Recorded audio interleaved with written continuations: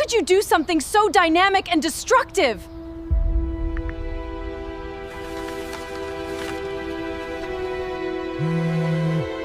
By midnight, more than 800 people had seen my 6-year-old daughter's beneath 3 words written by my own father, "Our family's mistakes." My relatives filled the comments with laughing emojis. My mother added a broken heart symbol, as if she were the victim. And my husband sat 3 feet away from me, staring at his hands, saying absolutely nothing. They thought I would cry, delete my account, and beg them to forgive me. Instead, before sunrise, I sent 1 photograph, 1 bank statement, and 1 recorded voicemail to an attorney. By lunch the next day, legal notices were being delivered across 3 counties, and my father was calling so often that my phone became hot in my hand. Hello, my name is Claire Bennett. I am 34 years old, and I live outside Columbus, Ohio. Until that night, I believed silence could keep a family together. I was wrong. Silence does not protect a family. It protects the person doing the damage. My daughter's name is Lily. She was born with a dark red birthmark that curves from her left temple to the middle of her cheek. It does not hurt her. It is not contagious. It is simply part of her face, like brown eyes or freckles. When Lily was a baby, strangers sometimes stared. Children asked questions. Most accepted the answer and went back to playing. Adults were often less kind. My parents, Robert and Diane Mercer, treated her birthmark as if it were evidence of some failure. At first, their insults hid behind concern. "Have you found a better specialist?" My mother would ask. "You should keep her hair longer." My father would say. People can be cruel. The cruel people were already in the room.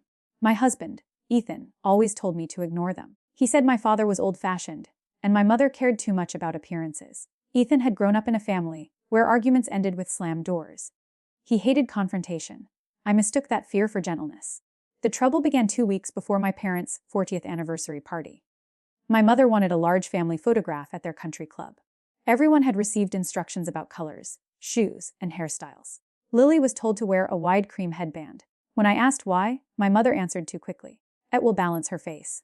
Her face is already balanced. Mother gave me the patient smile she used when she wanted to insult me politely. "Claire, please don't make everything difficult." I refused the headband. The anniversary dinner was held on a Saturday evening in a private room overlooking a golf course. There were white flowers on every table and a slideshow of family photographs playing on a large screen. My parents had invited nearly 60 guests. Lily wore a pale blue dress and carried a paper flower she had made for her grandmother. She looked beautiful. More important, she felt beautiful.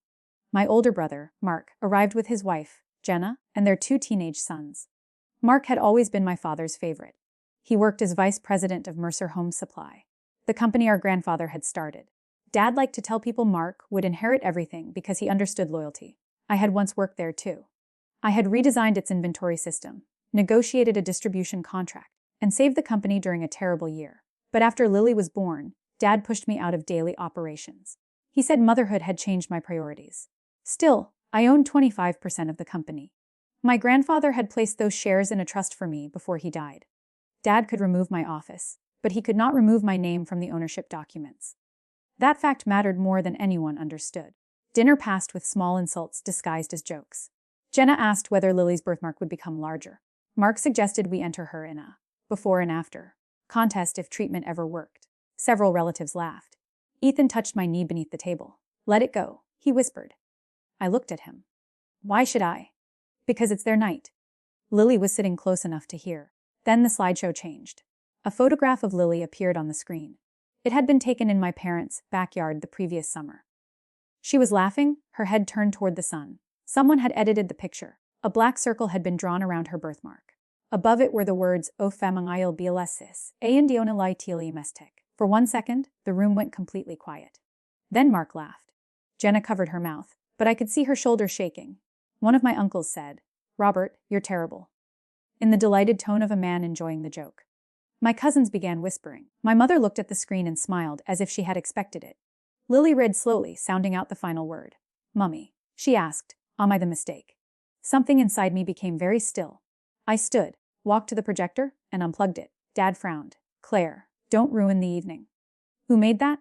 "It was a joke." "Who made it?" Mark lifted his glass. "I helped, come on. She's 6. She won't remember." "I will," Lily whispered. I turned to Ethan. I expected him to stand beside us. I expected one sentence. "That is my daughter, and this stops now." He looked down at the table. My father sighed. "Your husband understands. You have always been too emotional. I took Lily's hand and walked out. Ethan followed us to the parking lot. He said we should wait until everyone calmed down.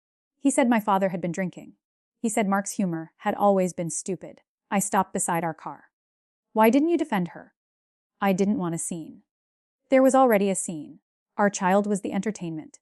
He rubbed his forehead. What do you want me to do, Claire? Fight your whole family? I wanted you to say one sentence. He had no answer.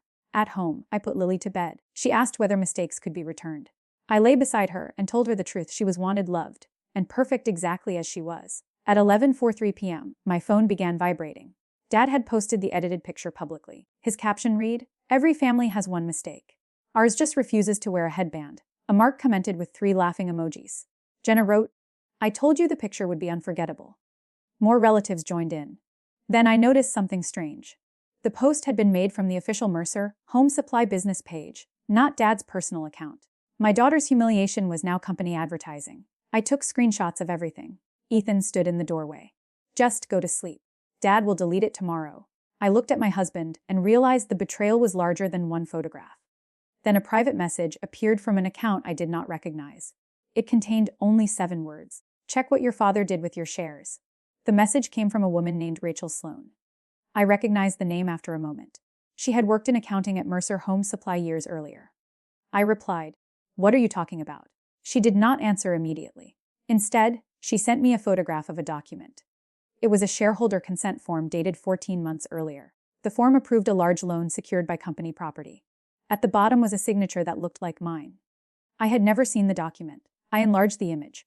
The signature was close, but the final stroke curved the wrong way. My father had copied an old signature and assumed no one would examine it carefully.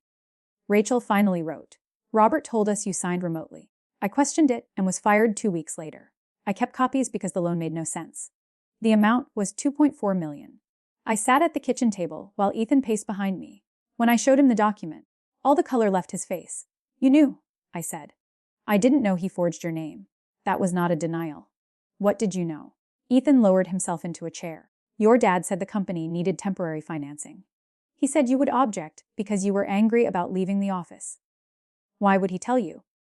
Ethan looked toward the stairs, making sure Lily could not hear. "Because he offered me a position." For the past year, Ethan had claimed to be doing independent consulting. His income had become irregular, but he always had an explanation. A client paid late. A contract was delayed. A project had been canceled.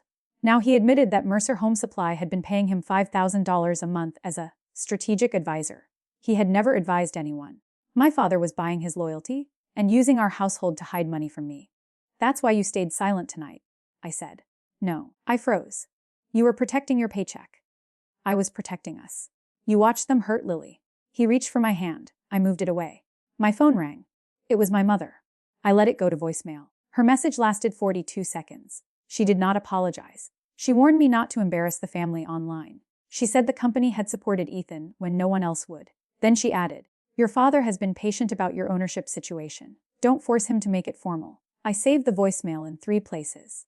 At 1:10 a.m., I called Naomi Carter, an attorney I knew from college. Naomi specialized in business disputes and privacy cases. She answered on the 4th ring. "I apologize for calling so late. Is anyone in immediate danger?" she asked. "My daughter is asleep. Physically, she is safe." Then start at the beginning. For 20 minutes, I explained the party, the online post, the forged document, and Ethan's secret payments. Naomi listened without interrupting. When I finished, she asked 3 questions. "Do you have proof of your ownership?" "Yes." "Did you ever authorize the use Lily's photograph for company promotion?" "No." "Does the shareholder agreement allow an owner to demand an independent audit under suspected fraud?" I opened the digital copy. "Yes. Any owner holding more than 20% can demand one." Naomi paused. "Claire, do not contact your father tonight. Do not threaten him. Do not delete anything. Send me every screenshot, statement, message, and contract you have." I worked until dawn. The more I searched, the worse it became. Company money had paid Ethan's consulting fees. Another payment had gone to an LLC registered at Mark's home address. The $2.4 million loan had supposedly funded a new warehouse, but county proper records showed no warehouse purchase. At 5:30 a.m., Rachel emailed me an accounting spreadsheet.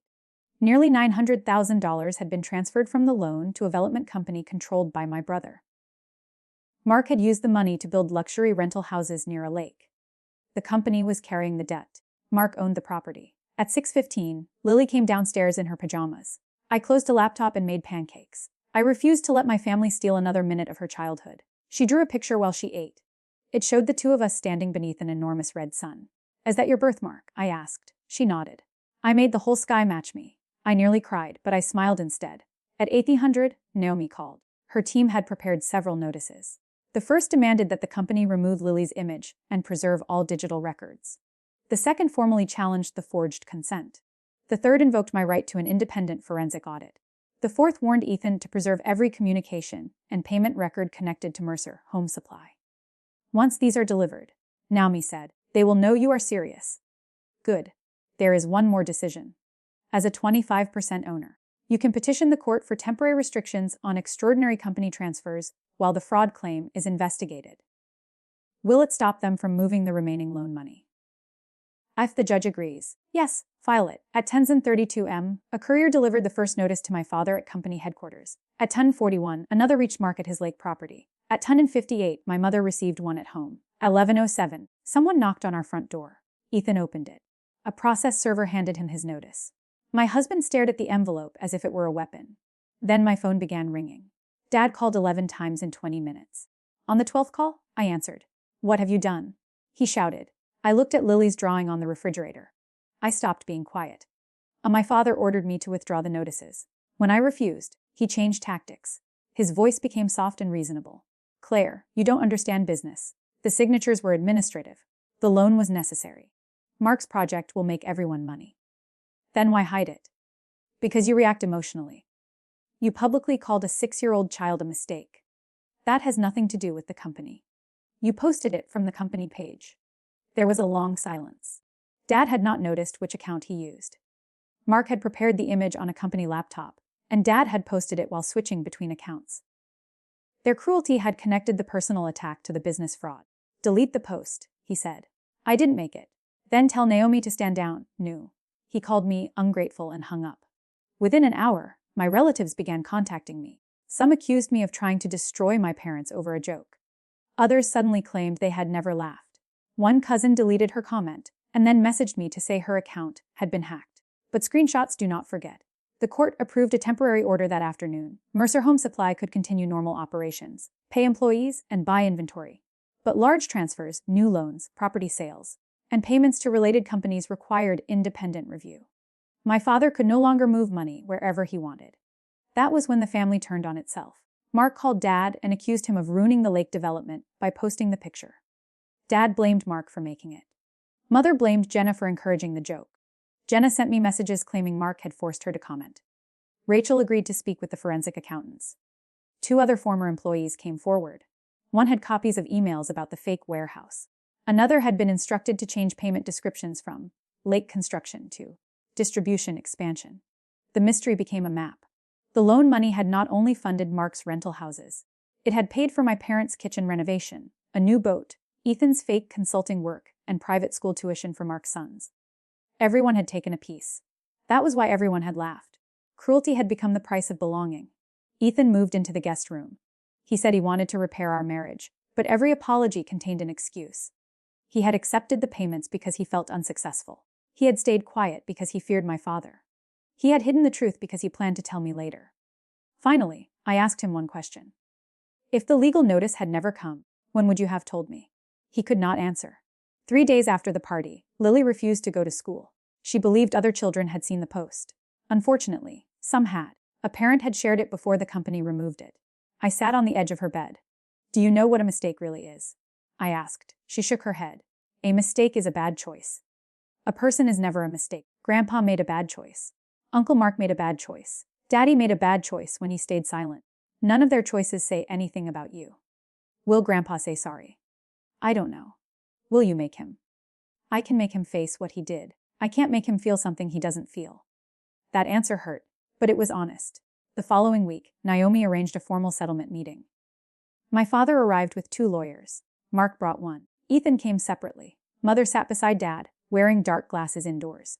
Dad offered to remove the post, pay my legal costs, and donate $5,000 to a children's charity if I ended the audit. Naomi slid a folder across the table. Inside were copies of the forged consent, The hidden transfers, Ethan's payments, and the emails about the fake warehouse. This is not a negotiation about a social media post, she said. That post is evidence of unauthorized commercial use of a minor's image and intentional emotional harm. The audit concerns possible fraud, self-dealing, and misuse of company assets. Mark stood so quickly that his chair struck the wall. Dad said Claire signed everything. Dad turned toward him. Sit down. You said it was legal. Sit down.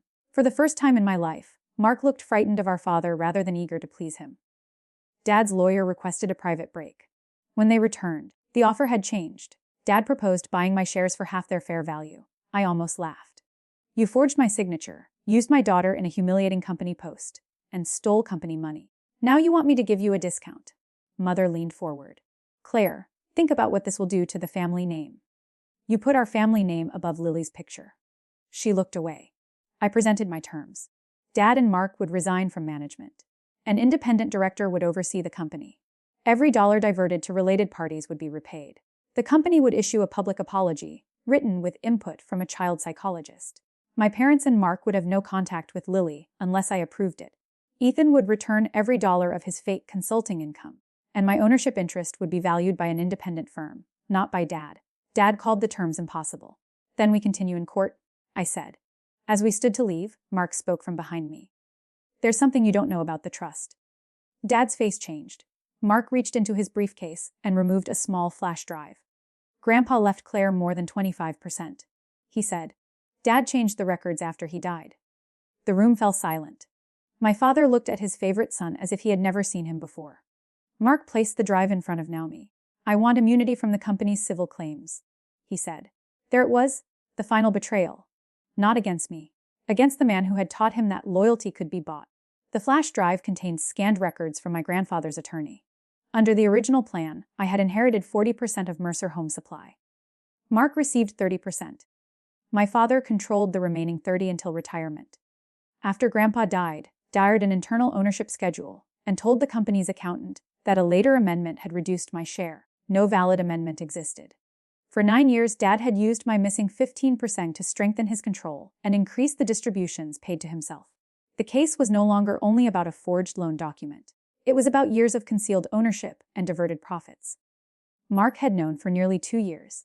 He had remained silent because Dad promised him control of the company. Now that the audit threatened his lake houses, he was willing to expose everything. I did not admire him for it.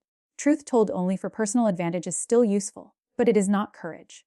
The investigation lasted 4 months. I kept Lily away from the details. We went to therapy together. Her school helped remove copies of the image from parent groups.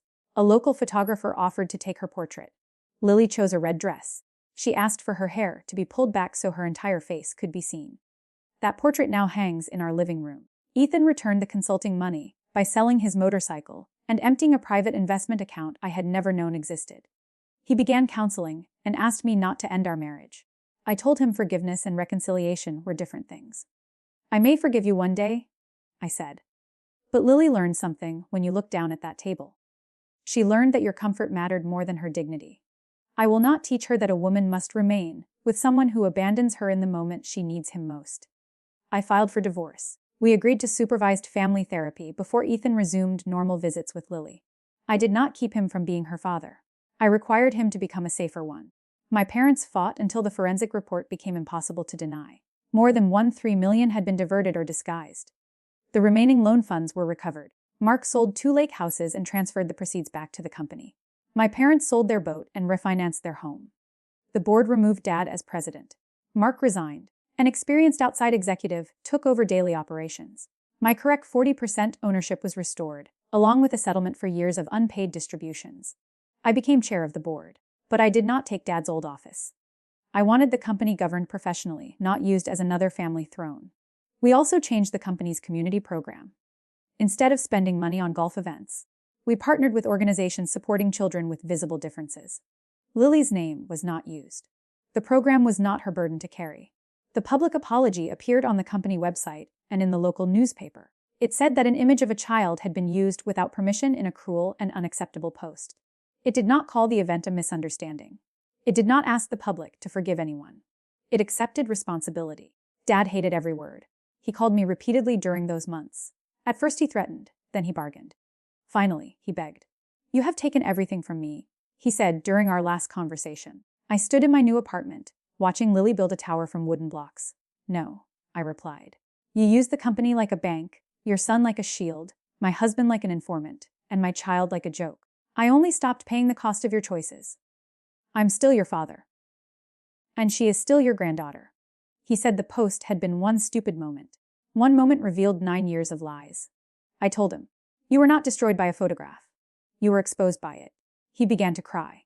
Years earlier, that sound would have broken me. I would have rushed to comfort him and accepted blame just to restore peace. This time, I ended the call. My mother wrote Lily a letter. Naomi reviewed it before I read it. Most of the letter explained why Mother had felt pressured by Dad. There was only one sentence of apology. I did not give it to Lily. An apology that asks a child to comfort an adult is another form of selfishness. Mark avoided a longer civil fight by cooperating, returning company property, and surrendering his management rights. He kept a reduced ownership interest, but had no authority over operations. His wife filed for divorce after learning how much debt he had hidden from her. Some relatives said I had gone too far. Others suddenly praised my strength. I stopped measuring myself through either group. The people who laugh during your humiliation do not become trustworthy, simply because they applaud your victory. 6 months after the anniversary party, Lily's school held an art exhibition. Each child created a self-portrait and wrote one sentence beneath it. Lily painted her birthmark bright red and gold. Around herself, she painted a blue sky filled with birds. Her sentence said, "My face tells the truth about me I am not hiding." Ethan attended and stood quietly at the back. He did not ask me to speak with him. My parents were not invited. When Lily saw her picture on the wall, she squeezed my hand. "Mummy, do you remember when Grandpa called me a mistake?" My chest tightened. Yes. He was wrong. Completely wrong. She studied her painting for a moment. Maybe the mistake was thinking I would be ashamed. I looked at my brave little girl, and I understood that justice was not the frozen bank transfers, the resignations, the returned money, or even the public apology. Justice was Lily standing beneath her own portrait without lowering her face. My family believed silence made me weak. My husband believed silence kept the peace, but silence had only given cruel people a comfortable place to sit. The night they called my daughter a mistake, they expected me to disappear. Instead, I found my voice, and by the time I finished speaking, they were the ones who had lost their place at the table.